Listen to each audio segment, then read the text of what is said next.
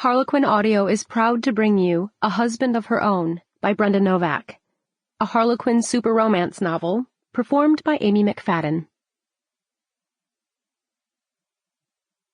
Chapter 1. You want to what? Rebecca Wells pulled away from where she'd been leaning on her kitchen counter and clutched the telephone tightly, hoping she'd heard wrong the first time. She was supposed to be at work by 9, in 20 minutes, but this call took precedence over everything else. I think we should wait until the end of January, her fiancé, Buddy, responded. He sounded tentative, as though he feared she might not accept this news well. Probably because she'd lost her temper last time. He'd postponed the wedding twice already.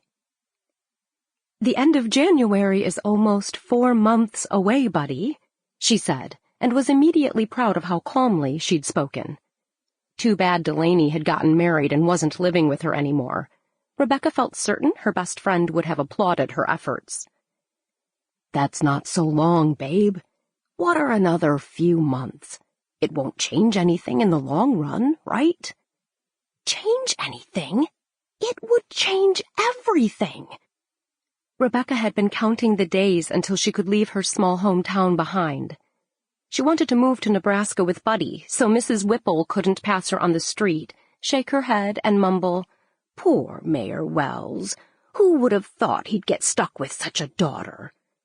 So Mrs. Reese couldn't frown disapprovingly as she sat in the beauty shop across from where Rebecca was working, recounting the occasion when Rebecca had purposely dyed her hair blue. So Delaney's Aunt Millie couldn't constantly remind her of the day she ran away with Johnny Red, the leader of a biker gang that had once passed through town. On second thought, being reminded of Johnny probably wouldn't have bothered Rebecca. He'd been dangerous and reckless and incredibly sexy. Except he'd sent her packing in only 3 days. That was the humiliating part. Everyone in town had assumed even a man like Johnny Red couldn't tame Rebecca Wells. They didn't realize that next to Johnny, she looked like a saint. Stretching her neck to relieve some of the tension, she took a deep breath. She needed to loosen up, or she was going to blow this conversation.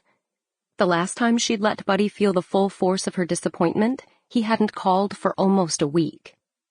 Now I'm going to have to explain to the whole town that I'm not getting married for my birthday. And I'm going to have to say it's because your great-aunt can't make it until after Christmas, she said. A sense of accomplishment swept through Rebecca, despite her dismay. She'd just managed another reasonable statement. She was doing amazingly well, considering her track record. But the strain was taking its toll. Just last week, she'd promised Delaney that she'd given up smoking for good. But a cigarette seemed almost imperative to her success here. If only she hadn't destroyed every pack in the house in the fervor of her good intentions. Are you saying that my great-aunt isn't enough of a reason to hold off? He asked. She's very important to me, Rebecca. Rebecca had a few things to say about the relative importance of a great-aunt, but she bit them back. Opening the kitchen drawer that housed the Ziploc baggies, aluminum foil, and plastic wrap, she retrieved her nicotine patches and smoothed one on her arm. They'll think you're getting cold feet, she pointed out. I'm not getting cold feet.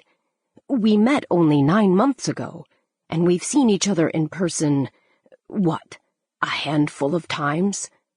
I think most people understand that a long-distance relationship sometimes develops a little more slowly.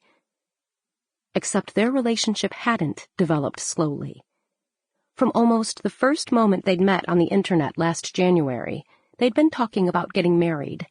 They'd grown close very quickly. Unfortunately, Rebecca was afraid their relationship might be fading just as fast, and she couldn't figure out why.